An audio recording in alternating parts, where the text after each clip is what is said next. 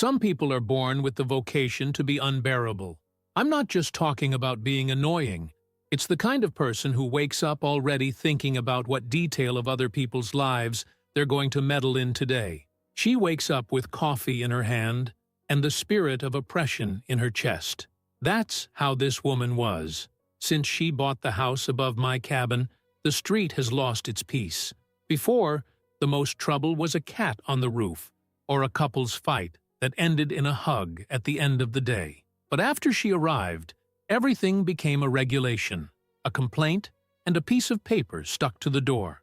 Each neighbor received a friendly warning about something idiotic. Weeds 2 fingers higher than allowed. Christmas decorations in February. TV sound audible after 9. This, with her face printed at the top of the paper as if it were a certification stamp of disgrace. I lived in that cabin for years. Small, functional, quiet. It was what I needed. I couldn't call it a dream home, but at least it was my corner. But what I never imagined was that one day someone would literally sit on me. That's right. One day, I went out to buy bread, and when I came back, there was a structure sprouting on top of my cabin. It looked like a wooden balcony, but poorly made, improvised. There was a beach chair in the center and a striped parasol on the side.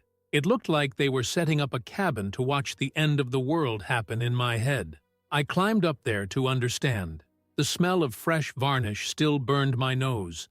The woman appeared out of nowhere, with that "I'm smarter than you" smile that only she could pull off.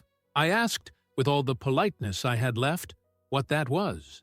She replied that it was a contemplation area, a personal space for her to relax, meditate, and sunbathe, on top of my property, on top of my life, without warning, without conversation, without even pretending to ask permission. I tried to explain that it was trespassing, that the structure could compromise my roof, that it was dangerous. She interrupted, with her hand raised, like someone who dismisses a waiter.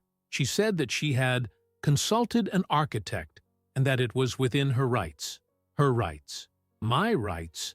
Buried under the badly placed nails of that aberration she called a deck. The icing on the cake? She put a sign on the railing of the structure that read, "Privileged View," as if my life were a zoo, and she'd paid for a premium ticket to watch from a box seat. For the first week, she went up every afternoon.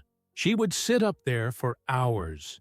You could hear the sound of the chair scratching the wood, the impatient footsteps, the clink of ice in the glass.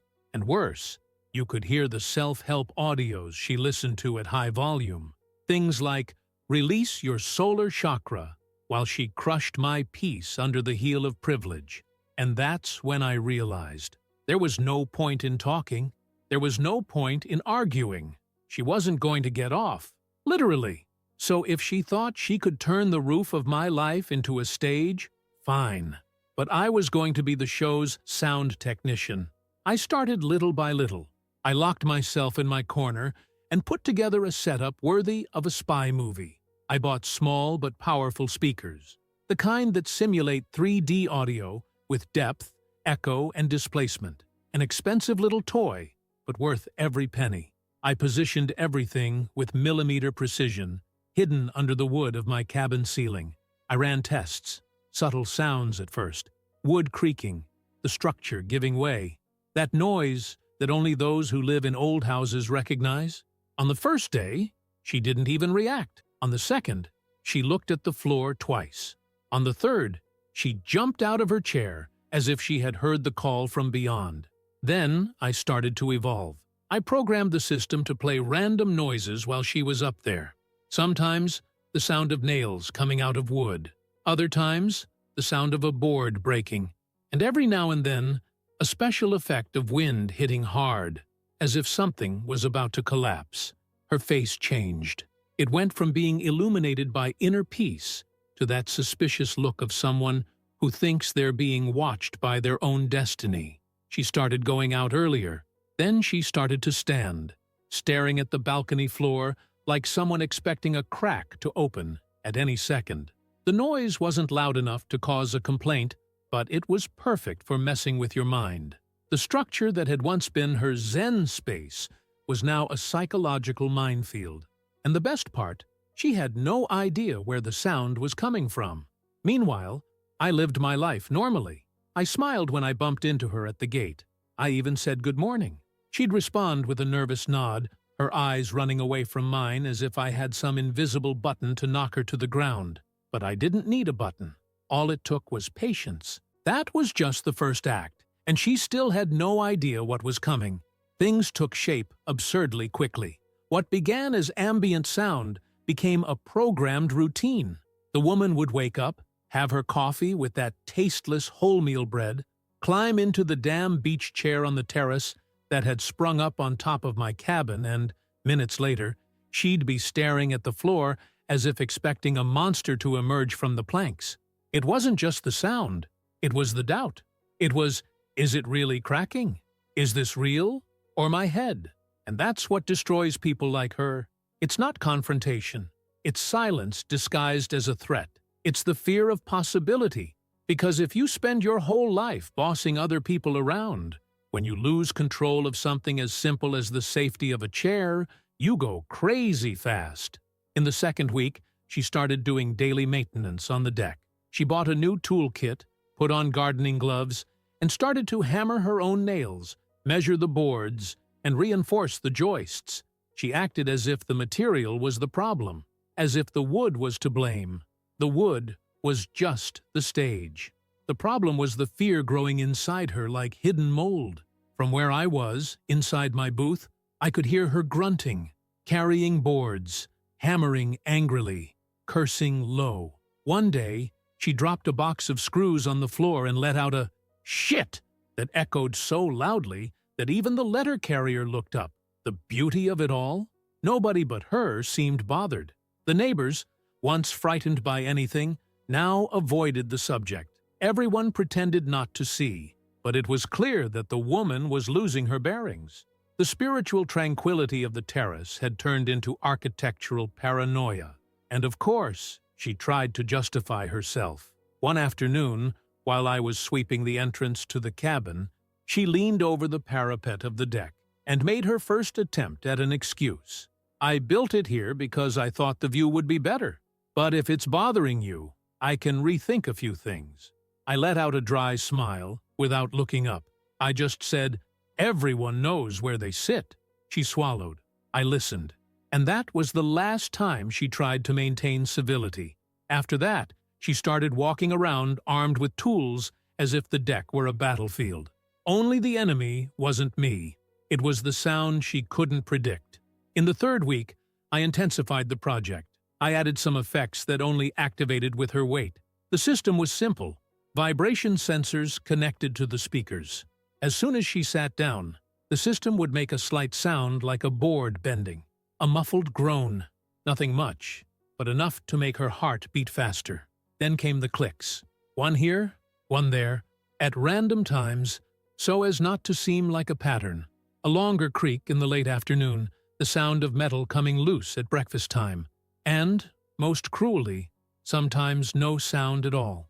Days of silence, just to make her believe it was over. That maybe it was all in her head, only for the noise to come back in full force the next day. And she began to change, visibly. Her clothes stopped being those colorful, attention-grabbing pieces. She started wearing neutral tones. Her hair, always tied up in a tight bun, was now loose and messy. And the smile she insisted on wearing became just a sketch at the corners of her mouth. Even the beach chair has changed. The original one, made of aluminum and flowered fabric, was replaced by a plastic folding one. Less elegant, easier to get out and about. The best part? She stopped wearing headphones. No self-help, no guided meditation. Now she climbed in silence. The kind of silence that listens to everything. The kind that makes noise even when there is no sound. That was the point. It wasn't about disturbing. It was about giving back. It was about her feeling, in her own body, the weight of putting herself above others without thinking about the consequences. She couldn't see the system I had installed, but she felt it, with every slap, every second of hesitation before sitting down, every measured step on that platform she had built herself. And yet, She insisted, perhaps out of pride, perhaps out of stubbornness. But now, she no longer went up as often. From daily, she went up twice a week, then only on Sundays. And every Sunday was a spectacle, a show of tension and sweat. She would sit down, look around, and remain motionless. Time passed, and she sweated. Then she would get up, run her hand along the railing as if to test its stability, and leave without saying a word. I watched from inside, calmly, with the sound control in my pocket. She didn't know it yet, but the end of that chair was closer than she thought. The following Sunday was decisive. The sky was gray, muggy, the kind that looks like it's going to storm any minute but only promises to. The neighborhood was quiet. No one washing the sidewalk, no one with a lawnmower, no screaming children. A convenient silence, perfect for making any noise even more present. The woman appeared on the deck at 10 a.m. sharp, as usual. Gym clothes, her hair tied up in a hurry, a bottle of water and a lost look on her face. She climbed with a slowness that was embarrassing. She felt like she was walking through a minefield. Every step was a pause. He looked down, then at the sky, then at his own feet, and then he sat down. Not in that Zen pose from before. She sat like someone preparing for sacrifice. From inside the booth, I adjusted the control. Today would not be random sound. Today it would be a sequence. The first pop came after 3 minutes. Subtle, right at the foot of the chair. It stopped. She was completely immobile. She couldn't even pick up the water bottle. Her hand remained still in the air for about 5 seconds. Then it slowly returned to her thigh. Another 2 minutes. Another sound. This one sharper. Like when an old piece of wood gives a sign of life with that thin moan that makes a dog shudder. She stood up, but she didn't leave. She took 2 steps. She came back. She sat down again. Her body trembled slightly, noticeable even from a distance. The terrace, once a place of quiet arrogance, had turned into the cell where she was on panic duty. The sequence followed. Metal creaking, 2 dry clicks, the sound of something banging, and then silence. And it was in the silence that she freaked out. She ran for the stairs as if the ground had opened up under her feet. She stumbled down, almost fell on the last step, dropped the bottle on the floor, and ran into the house, slamming the door so hard that the shutter shook. He never came back that day. And then the new phase began. That of visible despair. On Monday, she showed up with an engineer, a tall, serious guy with a clipboard. The two of them went up together. He tapped on the boards, examined the screws, took photos. He wrote everything down.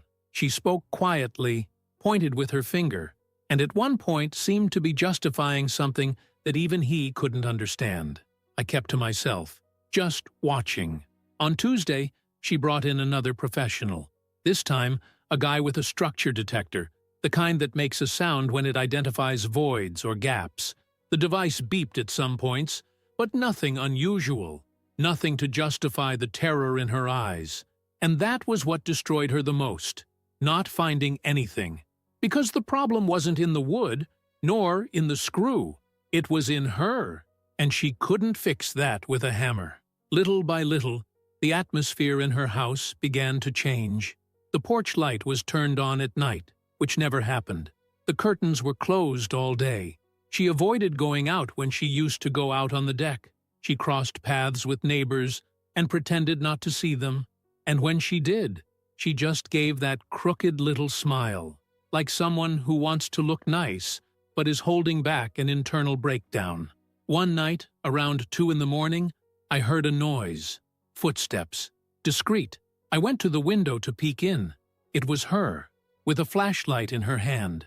She climbed onto the deck, looking like she needed to prove to herself that it was all in her head.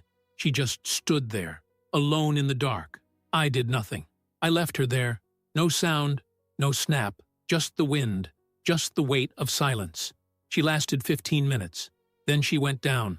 She ran, and she never came back. On Thursday, I received a note in my mailbox. No signature. Paper folded in 4. All it said was, "If there are any structural problems, I can pay for half the repair." I didn't want any friction. Friction? She ran over my property with a makeshift wooden structure, turned my routine into a spectacle of superiority, and thought I was going to swallow it with good humor? I didn't answer. I just folded up the paper, threw it in the garbage can, and increased the duration of the sounds for the weekend. On Saturday, she was seen showing the deck to a realtor. Yes, he was already trying to sell it. The excuse? We need something smaller, more practical. But the neighborhood knew. Everyone knew. The woman who climbed onto my roof, thinking she was going to rule my life, came down for fear of hearing wood groaning. And the worst thing for her? Never knowing if the noise was real or just a reminder of what she should never have done. 2 weeks after the realtor was seen on the terrace, a for sale sign appeared on the railing of the house, in eye-catching red font, glued with transparent tape that had already begun to wrinkle at the edges from the heat. It was public confirmation of failure. She spent the next few days walking around like someone on parole, head down, short steps, furtive glances. No meditation, no deck, no self-help. The woman who had built a balcony to feel at the top of the food chain was now crossing the yard as if she were being watched by something invisible. And, in a way, she was, because she didn't know when the next sound would come, nor if it would. And that doubt was the most delicious part. The sound became a ghost. I put it away, turned it off, with no alert. Not because I gave up, but because I didn't need it anymore. It had already done enough damage. Its presence, or rather the possibility of it, was what kept the woman away from the structure. She sold the house, but didn't have the courage to dismantle the terrace. It was as if the totem of her own failure was standing there, imposing, silently shouting to the whole neighborhood. This one tried to play goddess and fell flat on her face on the floor of her ego. The people on the street? They didn't even bother anymore. They had already understood the cycle. They didn't comment. They didn't ask. But everyone knew. It was the kind of gossip that has now become collective heritage, a living history that you see happening from your living room window. The following week, the sign changed. Price reduced. Desperation was stamped on the sticker. The rush to get out of there, shouting without using words. And that's when she had the most absurd idea of the saga. She sent a new printed notice to the HOA, asking them to regulate the maximum height of the buildings with a view to architectural harmony and the emotional integrity of the residents. Emotional integrity.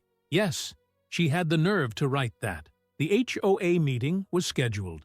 5 stragglers gathered, and she gave an emotional speech about how living in a community required limits, mutual respect, and empathy with each other's sensitivities. Yes, the same person who had thrown a wooden structure over my head without blinking was now crying from the trauma of hearing the sound of an old house living its life. That's when I decided. It was time to deliver the ending. Nothing spectacular. Nothing that drew too much attention. Just one last detail. An ironic nod to the final chapter of this novel. On Sunday, at 6 in the evening, while she was showing the house to an interested couple, I set the system to play a rapid sequence of pops, a low echo of the structure giving way, and, finally, a faint sound of wood breaking. Short, dry, calculated. The couple were in the backyard, looking at the deck. The woman was talking excitedly about the leisure potential of the area. The sound started just as her husband asked if the structure was safe. She froze. The words died in her throat. The couple looked at each other. The man, with his eyebrows furrowed, took a step back. The woman, looking up, let out a suspicious, "I think it's creaking." And then, silence. The owner of the house stammered, tried to laugh it off, said it was just the wood settling in the heat. But it was too late. The couple thanked her, said they would think about it, and left with the speed of someone fleeing a trap. On Monday, the sign changed again. For rent. The sale became a withdrawal. The dream of the perfect house became dead weight. And she never went up on the deck again. For the next few weeks, the structure remained there, abandoned, like a monument to her own arrogance. The chair remained in the same place, fading in the sun, half overturned, like a throne that had lost its royalty. The boards, once waxed, were now gray and worn. It gave the impression that no one should ever have sat there. The woman finally left, in the dead of night, without a goodbye, without a wave, without looking back. The truck took the last boxes away on a Saturday morning, and when the gate slammed for the last time, the neighborhood sighed in peace. The following week, I dismantled the sound system. I stored everything in boxes labeled Future Projects. You never know, right? And the cab? It's still there. Intact. Just the same. Only now, when the wind blows and a board creaks upstairs, the neighbors laugh quietly. Not out of fear, but at the memory. Because everyone there remembers the woman who tried to fly above the others and fell without needing a push. All they had to do was listen. And if you liked this video, don't forget to leave a comment and a like.